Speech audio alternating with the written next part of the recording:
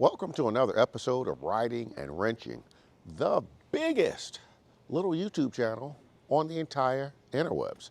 I am your host, Q the Rider, and you are not going to believe what happened to me on my ride from Knoxville, Tennessee, back to Memphis after attending Run to the Hills 3. I had another blowout. My third blowout, or my third tire failure in 3 years. Now, fortunately, this one was not as bad as the prior two. And the prior two, I would more describe them as catastrophic tire failure. This time, we're going down Interstate 40. I was about 60 miles east of Jackson, Tennessee, and cruising about 80 miles an hour, and I felt a little shimmy in the handlebars. It lasted for half a second. And I'm like, what the heck was that? So nothing else happened. I didn't smell anything. I didn't feel anything. But I had a feeling something was wrong. So I started slowing down. I slowed down to about 70. I got into the right lane. And I'm trying to diagnose the bike. I knew something was wrong. I tried to just dip a little bit within my lane just to see if I could do it. And the bike really wasn't dipping. I'm like, uh-oh.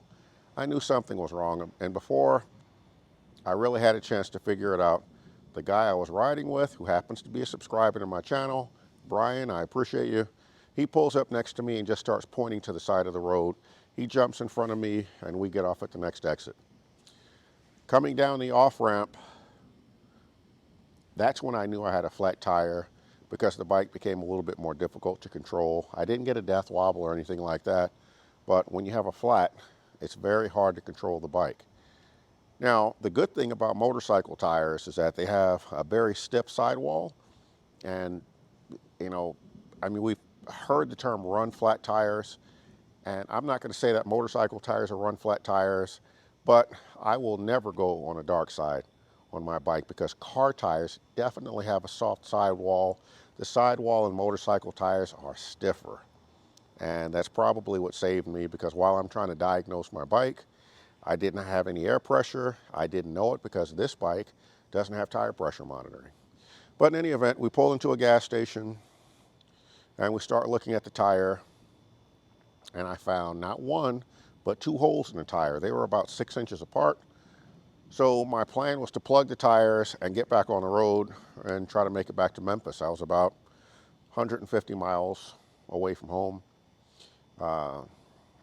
when a gentleman walked out of the gas station. He had on a motorcycle vest, never met him in my life, and he comes up to us and says, "Hey, you guys okay?" And no, I got a flat. And he looks at it and he's like, "Dude, you got two holes, holy crap. What are you gonna do?" And I told him about the plug, my idea with the plugs, and he goes, "No, that's not going to work.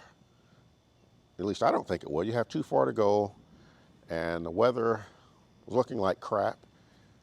And he's like, we have a shop right down the street. Let's get your bike to the shop. We're going to put a new tire on there, and we'll get you back on the road." So that's what I did.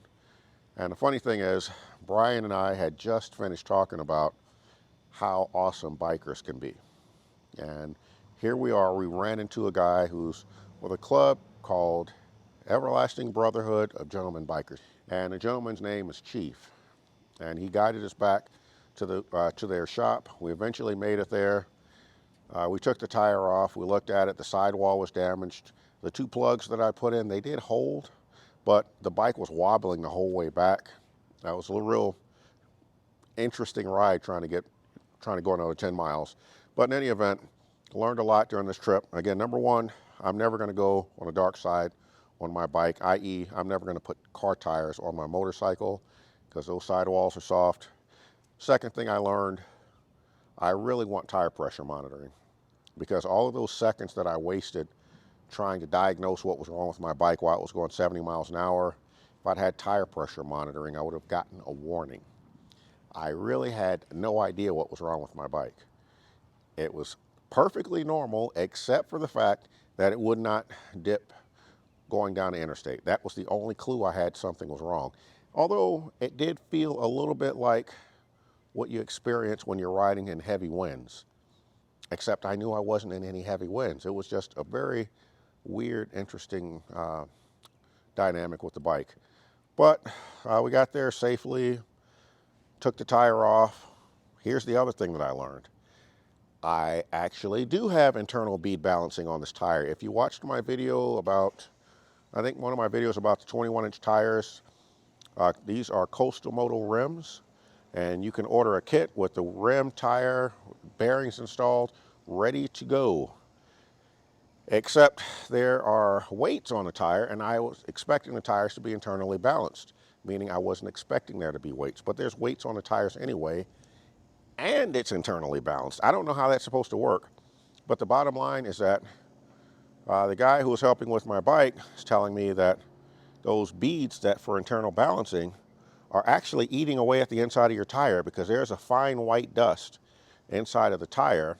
And Brian, the guy who was following me, said it looked like my tire was on fire because there was smoke coming out of it. There was not smoke coming out of it. That was the dust that was created by those beads that are running inside of my tire. So I'm going to order a replacement tire. I will not be doing internally balancing. I'm just going to stick with the good old-fashioned weights because they work. I don't give a rat's patootie about internal bead balancing and how much cooler it is, because I saw the effects of what internal bead balancing can do to a tire. Now, I don't think that contributed to my incident that I had. I actually think it helped, because outside of that, I don't know how Brian would have known that I was experiencing a tire problem had he not saw what looked like smoke coming out of the back of my tire.